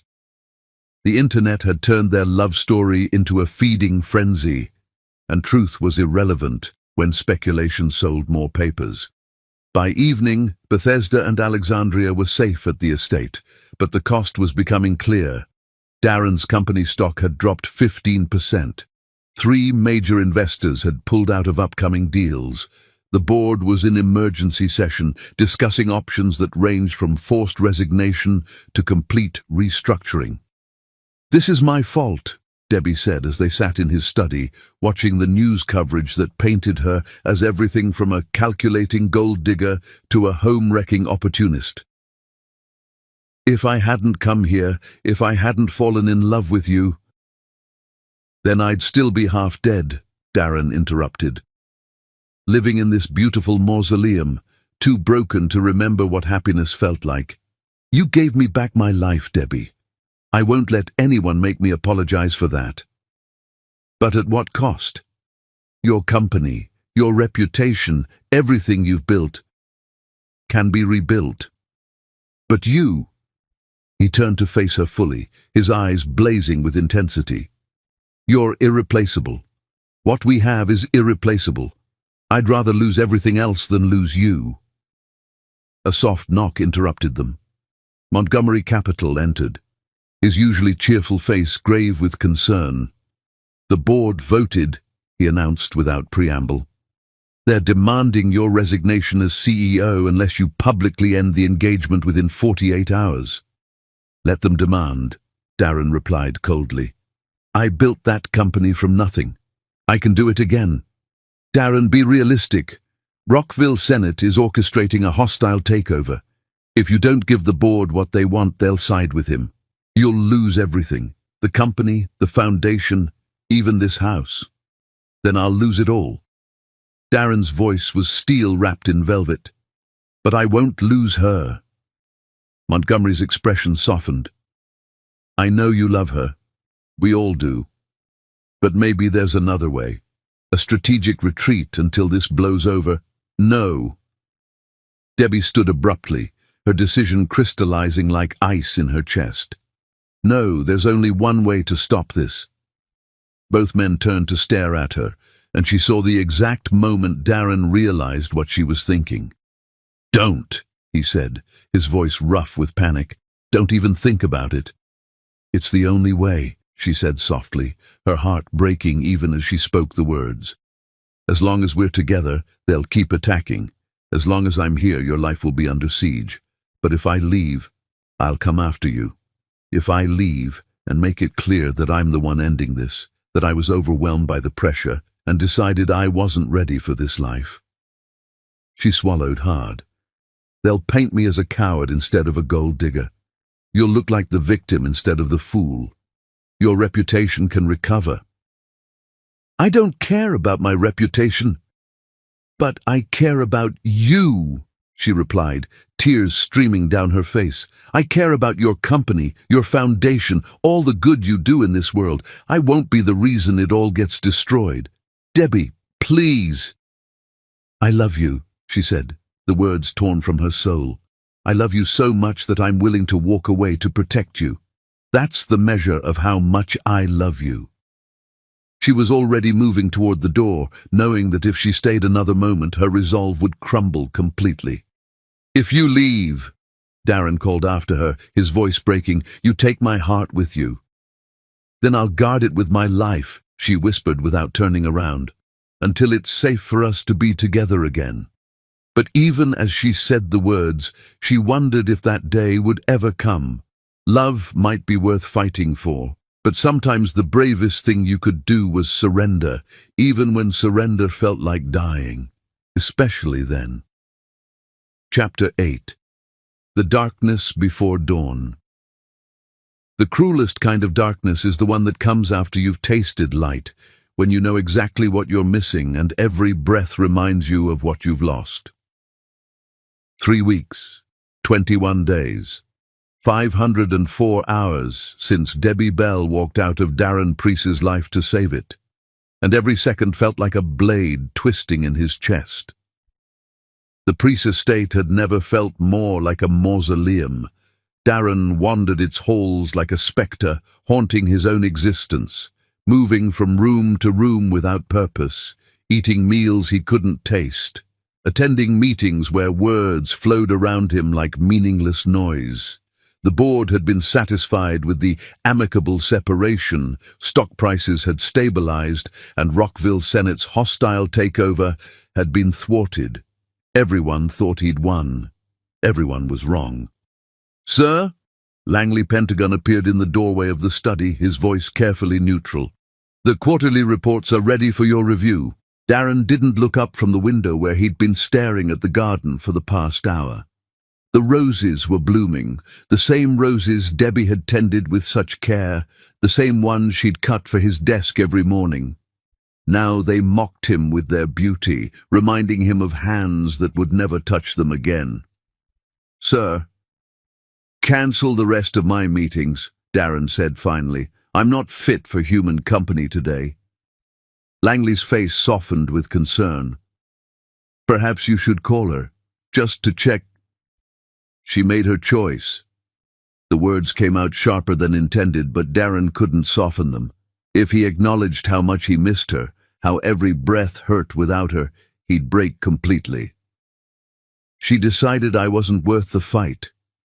"That's not—" "Leave me alone, Langley." When his assistant had gone, Darren finally allowed himself to slump forward, his head in his hands. The ring box sat on his desk where it had lived for 3 weeks. The engagement ring she'd left behind along with Elena's locket, and a letter that had nearly destroyed him. "My darling Darren, by the time you read this, I'll be gone. Please don't think this means I love you any less. I'm leaving because I love you too much to watch them destroy everything you've built. You gave me the most beautiful weeks of my life. You showed me what it meant to be cherished, to be seen, to be loved for exactly who I am. I will carry that gift forever, even if I can never share it with you again. Take care of yourself, build something beautiful, find happiness, even if it can't be with me. All my love, always. Debbie. The roses need extra water in this heat. Don't let Georgetown forget. Even in her goodbye, she'd been taking care of him.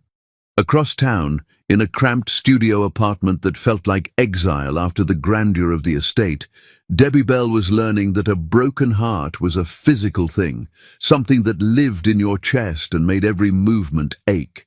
She'd found work at a small non-profit, helping families navigate the healthcare system, and threw herself into the job with desperate intensity. But no amount of purpose could fill the Darren-shaped hole in her soul. Her phone buzzed constantly with calls from reporters wanting interviews, producers offering book deals, and tabloid journalists fishing for exclusive details about her relationship with the billionaire. She ignored them all, just as she ignored the packages that arrived daily at her door, flowers, jewelry, handwritten pleas from Darren begging her to come home. She couldn't go back. Not when she knew her presence would destroy everything he'd worked for. "You look terrible," Alexandria Potomac announced, letting herself into the apartment with the spare key Debbie had given her. "When's the last time you ate something that wasn't coffee?" "I'm fine." "You're wasting away. And before you argue, yes, I know why you left. I understand the sacrifice you think you're making. But honey, you're both miserable. Better miserable than responsible for his ruin." Alexandria set down a bag of takeout that smelled like heaven and fixed Debbie with a look that could have cut glass. "Has it occurred to you that maybe he'd rather be ruined with you than successful without you? He'll get over it. He's stronger than he thinks." "And what about you? Will you get over him?" Debbie's composure finally cracked. "I don't want to get over him," she whispered. "I want to wake up in his arms and watch him smile at my terrible jokes and fight with him about which movie to watch. I want to grow old with him and have his babies and argue about whose turn it is to walk the dog we don't even have yet." "Then why are you here instead of there?" "Because love isn't always enough." The words exploded out of her. "Because sometimes loving someone means letting them go, even when it kills you. Because I won't be the reason he loses everything he's worked for." Alexandria was quiet for a long moment. "What if I told you there might be another way?" Meanwhile, across the city, Montgomery Capital was having a similar conversation with his best friend. He'd found Darren in the conservatory at 3 a.m., sitting at the piano bench, but not playing, just staring at keys that hadn't made music since Elena's death. "This has to stop," Montgomery said without preamble. "The brooding, the isolation, the whole tragic hero routine. It's been 3 weeks, Darren. 3 weeks of watching you die a little more each day. I'm not dying, I'm functioning. Barely. You've lost weight, you haven't slept, and according to Georgetown, you're living on coffee and stubbornness." Montgomery sat beside him on the bench. "She was right to leave, you know." Darren's head snapped up. "What?" "Not because she doesn't love you. Anyone with eyes can see that woman is crazy about you, but because staying would have destroyed you both. The pressure, the scrutiny, the constant attacks, it would have poisoned what you had. So I should just accept it. Let her sacrifice herself for my comfort? Number. You should fix the real problem. Which is?" Montgomery's smile was sharp as a blade. "Rockville Senate. The man who orchestrated this whole mess because he wanted to hurt you. I can't prove that." "Actually, you can." Montgomery pulled out a thick folder. "Fairfax Supreme has been investigating. Turns out our friend Rockville has been very careless with his illegal activities. Bribery, extortion, wire fraud, enough to put him away for decades." Darren's eyes sharpened. "What kind of evidence?" The kind that proves he paid journalists to lie about Debbie, hired private investigators to stalk you both, and even bought Arlington's cooperation with promises of funding her failing art gallery. Financial records, recorded phone calls, digital receipts for everything. Why is Fairfax telling us this instead of the FBI? Because he wanted to give you first shot at revenge. Rockville tried to destroy your happiness. Fairfax thinks you should have the honor of destroying him. For the first time in weeks, Darren smiled. What did you have in mind? The plan they hatched was elegant in its simplicity. They would expose Rockville's crimes publicly, destroying his reputation and business empire while clearing Debbie's name. The evidence would show the world that she'd been an innocent victim of a powerful man's revenge scheme, not a calculating gold digger. Once the truth comes out, Montgomery explained, public opinion will shift. You'll go from billionaire fool to man whose love was weaponized against him. Debbie becomes the brave woman who sacrificed her happiness to protect you. It's actually pretty romantic. Will it work? It'll work. But more importantly, it'll give you both the chance to choose each other without the weight of the world on your shoulders. Meanwhile, Alexandria was working the same angle from her end. I've been in touch with Montgomery Capital, she told Debbie over dinner. They have a plan to clear your name and expose the real villain in this story. What kind of plan? The kind that proves you're not a gold digger, just a woman who fell in love with a man powerful people wanted to hurt. The kind that makes you a hero instead of a villain. For the first time in weeks, hope flickered in Debbie's chest. And then you can choose each other freely. No external pressure, no manufactured scandal. Just two people deciding whether their love is worth building a life on. What if it's too late? What if he's moved on? Alexandria laughed softly. Honey, have you seen the pictures? That man looks like he's attending his own funeral every day. He hasn't moved on. He's barely existing at all.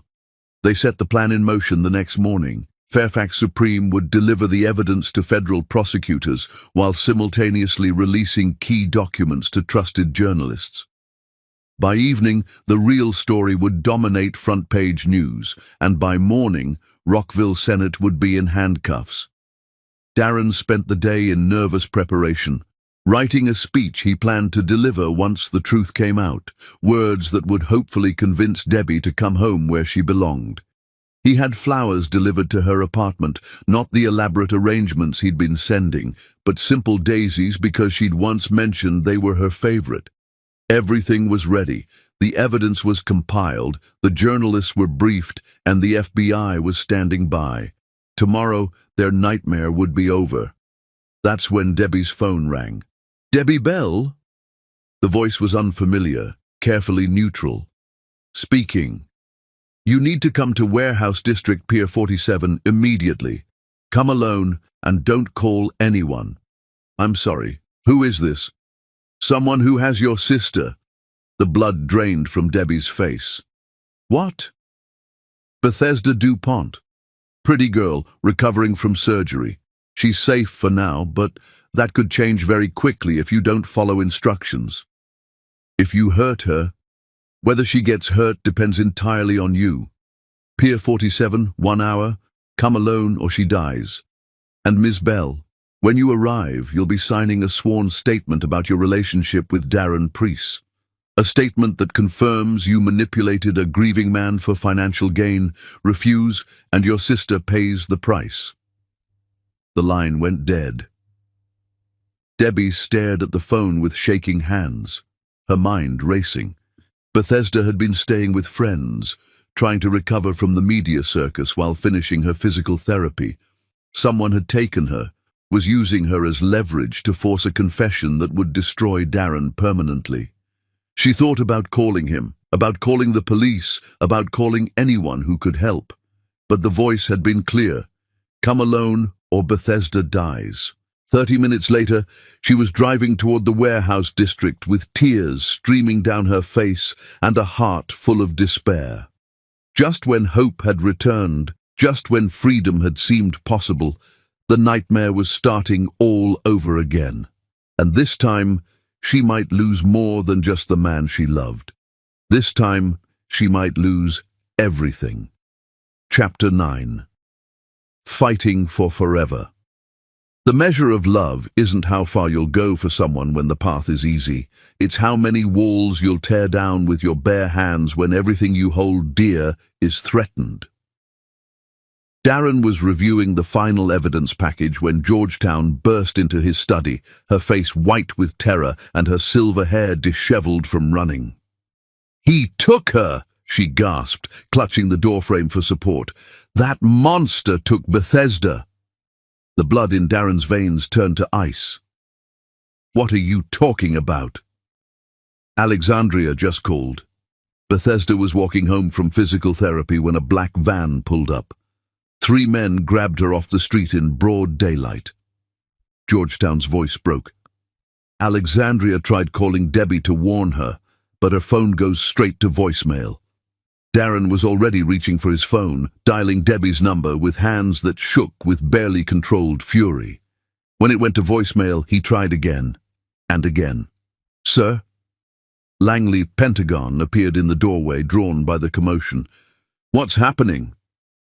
"Rockville has Bethesda," Darren said, his voice deadly calm in the way that meant volcanic rage lurked beneath the surface. "And Debbie isn't answering her phone." Understanding dawned in Langley's eyes. "He's using the sister as leverage, forcing Debbie to sign something that incriminates her. Or worse." Darren was already moving, grabbing his coat and car keys. "Call Montgomery. Tell him to bring the FBI evidence to Warehouse District immediately. Call Alexandria and get Bethesda's last known location, and get me a GPS trace on Debbie's phone, now." "Sir, if this is a trap, then I'm walking into it willingly." Darren's blue eyes blazed with a fire that could have melted steel.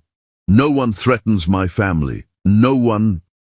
15 minutes later, Darren's Bentley tore through the Virginia countryside like a missile seeking its target. Montgomery sat in the passenger seat, a briefcase full of evidence in his lap, and a phone pressed to his ear as he coordinated with federal agents. "FBI is en route," Montgomery reported, "but they're 20 minutes out. GPS shows Debbie's phone at Pier 47 in the Warehouse District." "We're not waiting for backup." "Darren, be reasonable. If Rockville's desperate enough to kidnap someone, then every second we delay is another second that woman suffers for my sins." Darren's hands gripped the steering wheel until his knuckles went white. "I let Debbie sacrifice herself to protect me once. I won't do it again." They reached the Warehouse District as the sun began its descent toward the horizon, painting the sky in shades of orange and crimson that looked like warnings written in fire. Pier 47 sat at the end of a row of abandoned buildings, their broken windows staring out at the water like dead eyes. Darren parked a block away and checked the gun Georgetown had insisted he carry. Her late husband's service revolver, old but reliable. Montgomery carried a similar weapon, along with recording equipment that would capture whatever happened next. "Remember," Montgomery said as they approached the warehouse on foot, "we need evidence, confessions, something that ties Rockville to everything he's done." "I don't care about evidence," Darren replied. "I care about getting them out alive." The warehouse loomed before them like a concrete cathedral of decay, its loading dock doors rusted shut and its upper windows dark. But light leaked from a side entrance, and voices carried on the evening air. They crept closer, staying low and using shipping containers for cover. Through a dirty window they could see into a vast open space lit by harsh industrial lights. Debbie sat tied to a chair in the center of the room, her face pale but defiant. 20 feet away, Bethesda was similarly bound, a gag over her mouth and terror in her eyes. Between them stood Rockville Senate himself, immaculate in a $1,000 suit that looked obscene in the grimy surroundings. 2 armed men flanked him, hired muscle with dead eyes and expensive guns. "All you have to do is sign," Rockville was saying, his voice carrying clearly through the thin walls. "A simple statement, admitting you manipulated Darren Preece for financial gain, that you never loved him, only saw an opportunity to exploit a grieving man." "Go to hell," Debbie spat. Rockville nodded to one of his men, who stepped forward and backhanded Bethesda across the face. The younger woman's cry of pain was muffled by the gag, but the sound hit Debbie like a physical blow. "Every minute you delay causes your sister more pain," Rockville said conversationally. "Sign the statement, and you both walk away. Refuse and, well, accidents happen in places like this." "You're insane," Debbie said. "Even if I sign that, Darren will never believe it. He knows I love him." "Love?" Rockville laughed, the sound echoing off concrete walls. "You think that pampered prince knows anything about real feeling? He's been playing dress-up with his grief for 5 years. You're just the latest costume in his collection." "You don't know him. I know he's weak. I know he's been hiding from life since his precious Elena died. And I know that when the world sees your signed confession, combined with photographs of you in compromising positions with other men, photographs I had taken by very talented professionals, his fragile little heart will shatter all over again." Darren had heard enough. He looked at Montgomery and saw his own rage reflected in his friend's eyes. "On 3, Darren mouthed. They burst through the side door like avenging angels, weapons drawn and voices raised in commands that cut through the air like whip cracks. "FBI, nobody move!" The 2 guards went for their guns immediately, training overriding surprise. Montgomery dropped one with a clean shot to the shoulder, while Darren tackled the other, sending them both crashing into a stack of wooden crates with bone-jarring force. Rockville pulled a small pistol from his jacket and aimed it at Debbie's head. "Stay back! I'll kill her!" "No," Darren said, rising from the unconscious guard with blood on his knuckles and lethal determination in his eyes. "You won't." There was a certainty in his voice, the conviction that came from a man who'd lost everything once and refused to lose it again, that made Rockville hesitate. In that moment of doubt, Debbie threw her weight sideways, toppling her chair and rolling away from the gun's aim.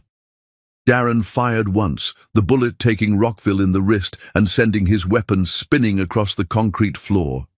The billionaire businessman crumpled, clutching his bleeding hand and screaming about lawyers and immunity. "The only consequence," Darren said, standing over him, "is that you're going to prison for a very long time." He was already moving toward Debbie, his gun forgotten as he freed her from the ropes with hands that shook with adrenaline and relief. The moment her bonds were cut, she threw herself into his arms, and he held her like she was the most precious thing in the universe. "Are you hurt?" he asked, his hands roaming over her face and shoulders, checking for injuries.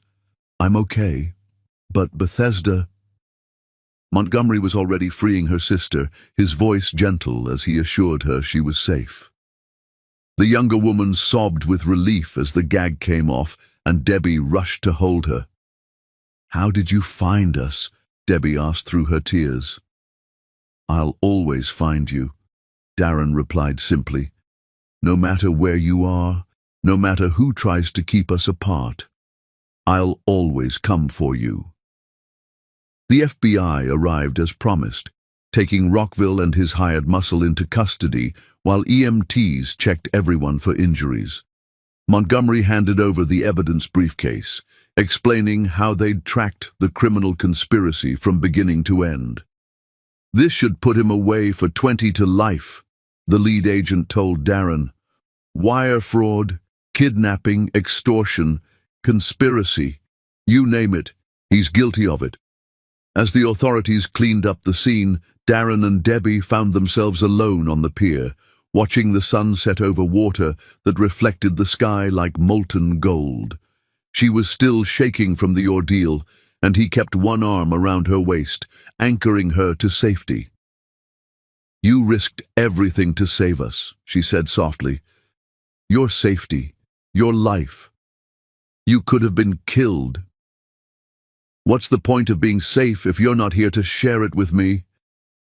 He turned to face her fully, his hands framing her face. I'm done pretending I can live without you. Done letting other people dictate our happiness. I love you, Debbie Bell, and I don't care who knows it. But your company, your reputation, will survive. They survived the scandal once. They'll survive whatever comes next. But I won't survive losing you again. She was reaching up to kiss him when a voice cut through their moment like a blade through silk. How touching. They turned to see Arlington Embassy stepping out of a black sedan, her red dress a splash of color against the industrial gray surroundings. She moved toward them with predatory grace, her smile sharp enough to cut glass. Arlington, Darren said, his voice carefully neutral. What are you doing here? Cleaning up loose ends. Her laugh was music played in a minor key.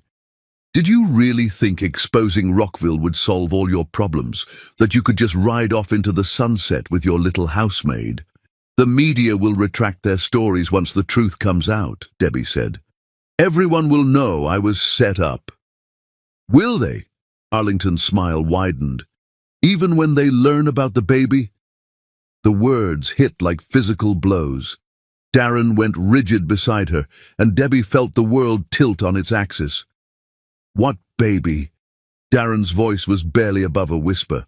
Arlington placed one perfectly manicured hand on her still flat stomach. Our baby, darling. The one conceived the night you came to me after your little gold digger ran away. Don't you remember? You were so heartbroken, so vulnerable. One thing led to another. That's impossible, Darren said, but doubt was creeping into his voice. I never. The night after she left, you drank most of a bottle of scotch and called me, crying about how empty the house felt. I came over to comfort you and... She shrugged elegantly. Grief makes people do things they normally wouldn't. Debbie felt her heart shatter all over again. The happiness of their reunion, the joy of their rescue, everything beautiful they'd reclaimed, all of it turned to ash in her mouth. Is it true? She asked, her voice hollow. Darren looked confused, shaken. I remember drinking. I remember calling someone, but I thought it was Montgomery. I have the phone records, Arlington said sweetly, and the hotel receipts. We spent the night at the Ritz-Carlton because you said the estate had too many memories. Don't you remember the champagne? The way you said Elena's name when you... Stop. Debbie couldn't listen to any more. The love she'd seen in Darren's eyes was being poisoned by doubt, by the possibility that grief and alcohol had led him to someone else's bed. I'm sorry you had to find out this way, Arlington continued. But I thought you should know before you make any more foolish decisions about your future. Darren will have responsibilities now. To me, to our child. He can't afford to play house with the help anymore. Debbie turned and walked away before either of them could stop her, her heart breaking all over again. Behind her, she heard Darren calling her name, heard Arlington's musical laughter following her into the darkness. Just when she thought they'd won, just when forever had seemed possible, the past had reached out to claim them one more time, and this time she wasn't sure their love was strong enough to survive it. Chapter 10. The Promise of Tomorrow. The most beautiful endings are really beginnings in disguise, moments when everything broken finally finds its way back to wholeness, when love stops fighting the world and starts changing it instead. The truth arrived like sunrise after the longest night, gentle but undeniable, washing away the shadows that had threatened to consume their happiness forever. Debbie was packing her meager belongings for the second time in 2 months when Alexandria Potomac burst through her apartment door, waving a manila folder like a battle flag and wearing a smile that could have powered the entire eastern seaboard. "Put down that suitcase right now," Alexandria commanded. "You're not going anywhere." Alex, I can't deal with this anymore. The lies, the manipulation, Arlington's pregnancy is complete bullshit. Alexandria slammed the folder down on the coffee table with triumphant finality. Medical records, honey. Official documentation from Arlington Embassy's own gynecologist proving she's not pregnant and hasn't been pregnant in over 2 years. Debbie's hands stilled on her half-packed clothes. What? Apparently, our dear Arlington has a condition called endometriosis that makes pregnancy extremely difficult without medical intervention. Her doctor was very thorough in documenting her reproductive challenges when she applied for fertility treatments last year. Alexandria's grin was predatory. Treatments that failed, by the way. But the hotel records she mentioned, fabricated. Darren never called her that night. Montgomery has his phone records. The only person he called was his therapist's crisis line. Spent 2 hours talking to a counselor about grief and loss and how much he missed you. The folder contained everything: medical records, phone logs, even security footage from the Ritz-Carlton showing Arlington entering and leaving alone that night, while Darren was 40 miles away at the estate, passed out drunk in his study with Montgomery watching over him. She fabricated the entire story, Alexandria continued, down to the smallest detail. Professional-level gaslighting designed to make you both doubt what you know to be true. Debbie sank onto her couch, the relief so overwhelming she felt lightheaded. He didn't sleep with her. Not only did he not sleep with her, he's been systematically dismantling her lies for the past 48 hours. Fairfax Supreme is handling the legal ramifications. Apparently filing false paternity claims is both a civil and criminal matter. Where is he now? Alexandria's smile softened into something tender and knowing. Waiting for you to come home. The drive to the Priest estate felt like a journey through a fairy tale landscape, everything bright and new and possible again. The gates stood open as if expecting her, and the gardens blazed with late spring flowers that seemed to dance in celebration of her return. She found him in the conservatory, sitting at the piano for the first time since Elena's death. His fingers moved across the keys with hesitant grace, picking out a melody that sounded like hope, learning to sing again. When he saw her in the doorway, the music stopped abruptly. Debbie. Her name on his lips was a prayer answered, a dream made real. Arlington lied about everything, she said without preamble. The pregnancy, the hotel, all of it. I know. He stood slowly, as if sudden movements might make her disappear again. I'm sorry I doubted, even for a moment.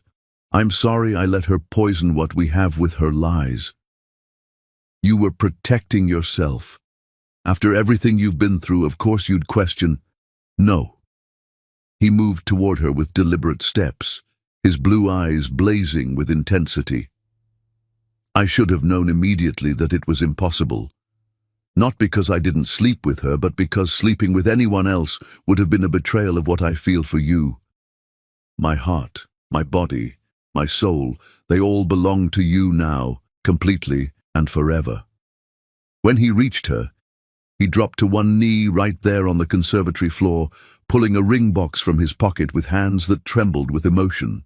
This isn't how I planned to do this, he said, his voice rough with feeling. I had speeches prepared, grand gestures planned, but I can't wait another moment to ask you properly. The ring inside the box was different from the first one. A stunning oval diamond surrounded by smaller stones that caught the afternoon light and threw it back in brilliant rainbows. This was my great-grandmother's ring, he explained. She told me once that it should go to the woman who taught me that love isn't about perfection. It's about choosing each other every day, even when the world tries to tear you apart.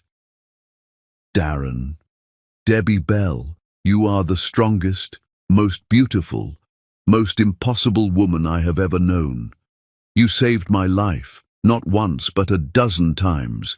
You saw through my walls when everyone else saw only surfaces. You loved me when I couldn't love myself. His voice broke slightly. Will you marry me? Will you let me spend the rest of my life proving that you made the right choice? Yes, she whispered, then louder. Yes, of course, yes. He slipped the ring onto her finger with reverent care, then stood to kiss her with all the passion and promise that had been building between them for months. When they finally broke apart, both breathless, he rested his forehead against hers. I love you, he said simply, for always. I love you too, she replied, for everything. Their wedding took place 6 weeks later in the same vineyard where they'd planned their first ceremony, but this time surrounded by everyone who mattered. Bethesda walked Debbie down the aisle while Georgetown sobbed happy tears in the front row. Montgomery served as best man, and Alexandria caught the bouquet with triumphant flair. The ceremony was simple and perfect, vows written from the heart, rings blessed by tears of joy, and a kiss that sealed promises that had been tested by fire and emerged stronger than steel. Ladies and gentlemen, the minister announced, I present to you Mr. and Mrs. Darren Preece. The reception flowed like a dream made real. They danced to the same song that had played during their first magical moment in the moonlit garden, surrounded by fairy lights and the kind of love that transforms everything it touches. Happy? Darren asked as they swayed together under the Virginia stars. Delirious, Debbie replied, her head on his shoulder and her heart so full it felt like it might burst. I never knew happiness could feel like this. Like what? Like coming home. 6 months after the wedding, Darren broke ground on the